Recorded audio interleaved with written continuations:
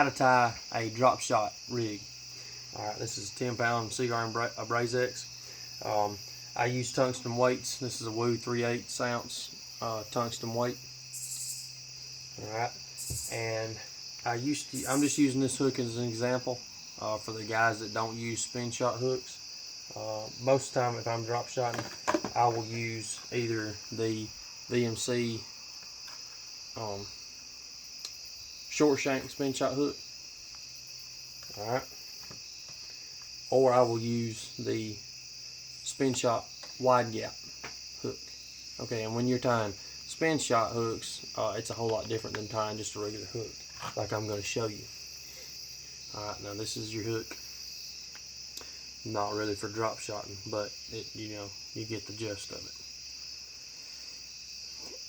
Alright, feed the line through the barb side. If you can get it in the eye. It's kind of dark outside.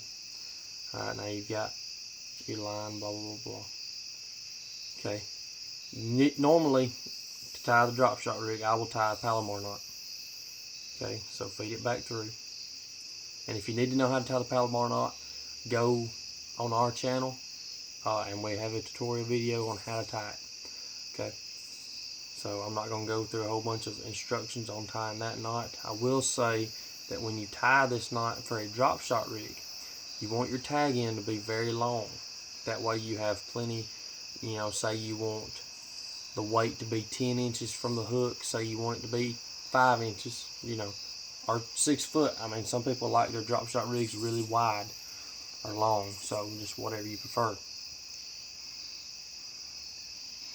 When you're tying your Palomar for a drop shot rig, also, whenever you're pulling it, cinching it down, make sure that you are pulling the tag end along with the main line, because if you don't, you will lose all the length on it.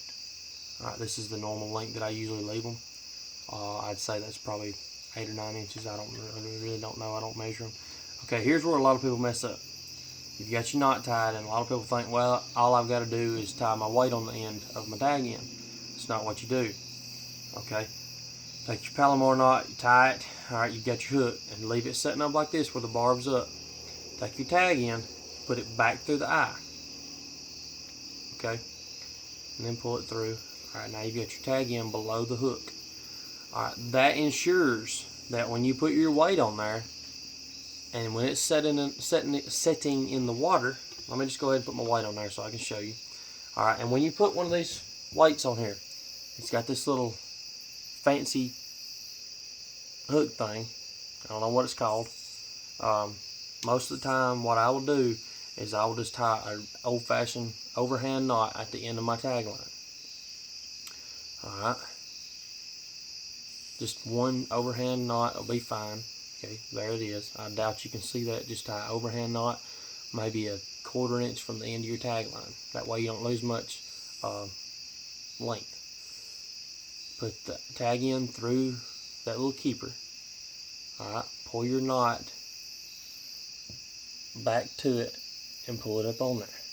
Okay, now you have your weight, and that overhand knot is on the opposite side of where the hook is pulling from. So normally you will not lose that weight.